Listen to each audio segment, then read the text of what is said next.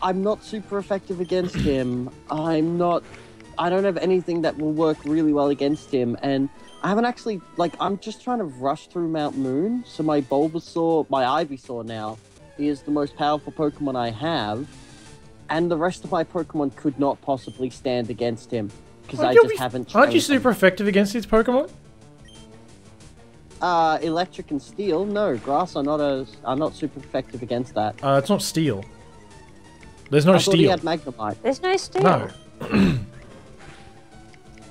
He's got a Coughing and a Voltorb. So why are you... I would think. still take Because him. I am a foolish fool, and I just used an escape rope when I didn't need to. Shut up, both of you. I was tempted, like, right in the end, as soon as I got my fossil, I wanted to use an escape rope just to get that Magikarp. Oh, you've got your fossil? Yeah, I got my fossil. I'm training outside of Cerulean City. Fair enough. I'm still in Mount Moon. I am a failure as a trainer. Well, at least you're not last. Yeah, at least I didn't die or anything. You guys suck. Like, I'm still totally in this game. And it's... Oh, God, I'm in the lead now. Oh, God. Yeah, you are. You are in the lead. Only just. Followed closely by Skywalker! And then there was silence. Get out. What? Oh, don't were know you that. making a Phantom Menace? Yes. You're making a Phantom a Phantom Menace pod racing reference? Yes. Yes? Get out. Yeah. Just no. Oh, God. Phantom Menace references. I thought I was... Those movies. Oh, God. Yeah. There's a reason that there are multiple edits of how to watch the movies without ever watching the first one. Oh, yeah, there's actually been a... there's like a YouTube video where they combined the first 3 movies into 1 hour-long movie where it actually makes sense. And it's actually good.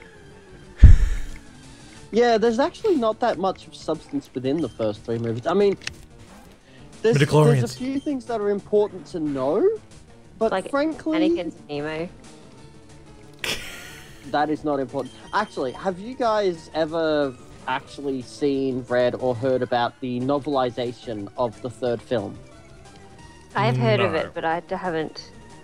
Okay, so I actually quite like Matthew Stover as an author. I have not read much of his works, but his whole bit seems to be, oh, look, there's a problem with continuity. I'm going to fix that by writing a novel about it.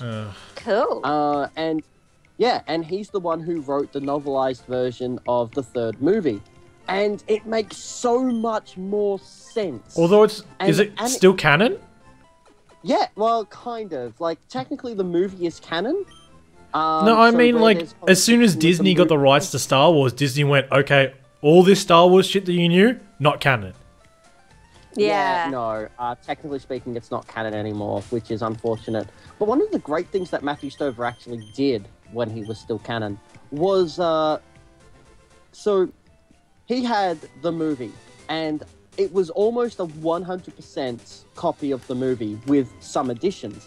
But the additions he made, despite the fact that Anakin's dialogue was exactly the same and his actions were exactly the same, he came off as so much more of a man. Because one of the things that he added was... They didn't have Hayden Still a Christensen? whiny bitch. Yeah, he didn't come across as a whiny bitch in the novelization. Like, you remember that scene where he's like, wait, you're conferring me the rank of master but not giving me a seat on the council? What is this? I am offended. You cannot do that. I'm gonna tell my mom on you. I'm just as powerful as you are, but you're not letting me in the cool club? Fuck you! You're not giving me a chair. I want a chair. Mom, they won't give me the chair.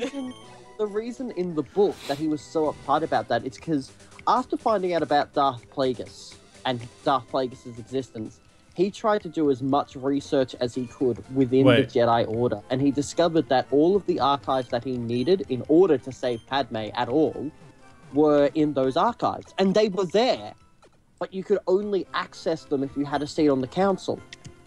So, throughout the book, he is trying his best to actually do things from within the Jedi Order, and he actually turns over to Palpatine because he runs out of options. It's not because, oh, this is the easy option. No, he actually runs out of options. But the other big change that the book makes, this is the big part where it actually contradicts the movie, but the fight scene between Emperor Palpatine and those 4 Jedi who walk into his room. Yeah. Anybody who knows the expanded universe knows that those 4 Jedi are basically the most epic of Jedi who exist in that time period. All 4 of them. So it's totally unreasonable for Emperor Palpatine to kick their ass at all. So like instantly kick 3 of their asses and one actually just goes, oh, I'm actually going to fight you. Yeah. Oh yeah, no. I'm fighting the scientist now and I'm totally kicking his ass, taking minimal damage. Hold you. Shut up.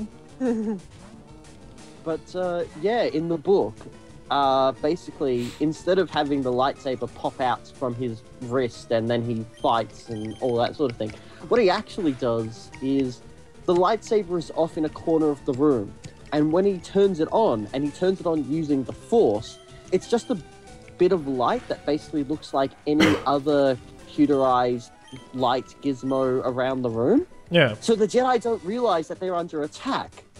And Emperor Palpatine has actually turned off the video recording. He's got the audio recording of the scene.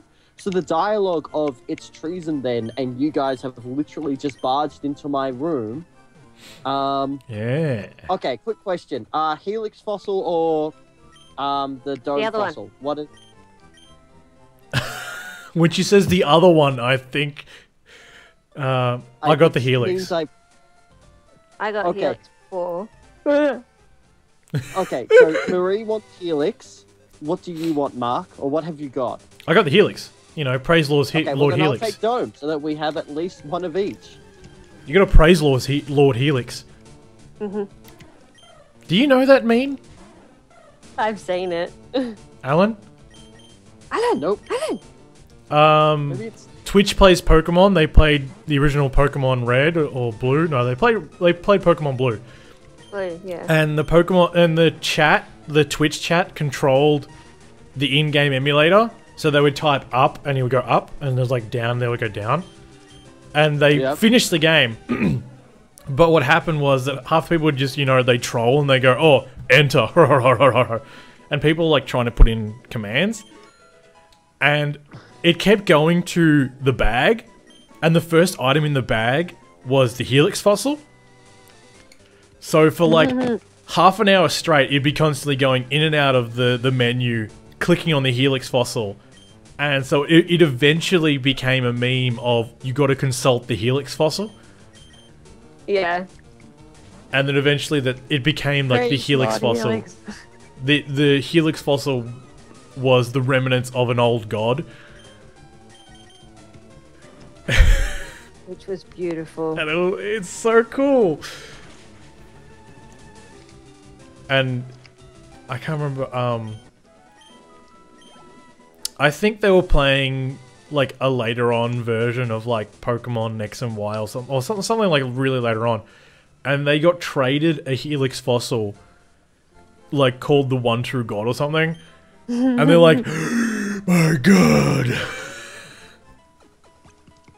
No, I think it was named Helios. Spearow? I can't remember. Do I have a Spearow? I think I have a Spearow. Yeah, you do. You get a Spearow. Yeah, I have Hawkeye. Yeah. Duplicates don't count. No. So awesome. I've just rocked up in the training fields. Also, Route 4 is the same as the one that leads up to Mount Moon. Yeah. Oh really? So you can't catch anything there? Nope. That sucks. There's new Pokemon there. I know. Sucks for you. So you can't catch a Sandslash. That's what you get. There's like a Screw you, Spearow, Murray. a Rattata, and a Sandslash. So if we could catch something there, I would have had a Sandslash. I want Sandshrew. Although I think I got Ekans instead of Sandshrew there. Yeah. Sandshrew. Because both of you are leaf green, because you're pansies. No. No. Sandshrew.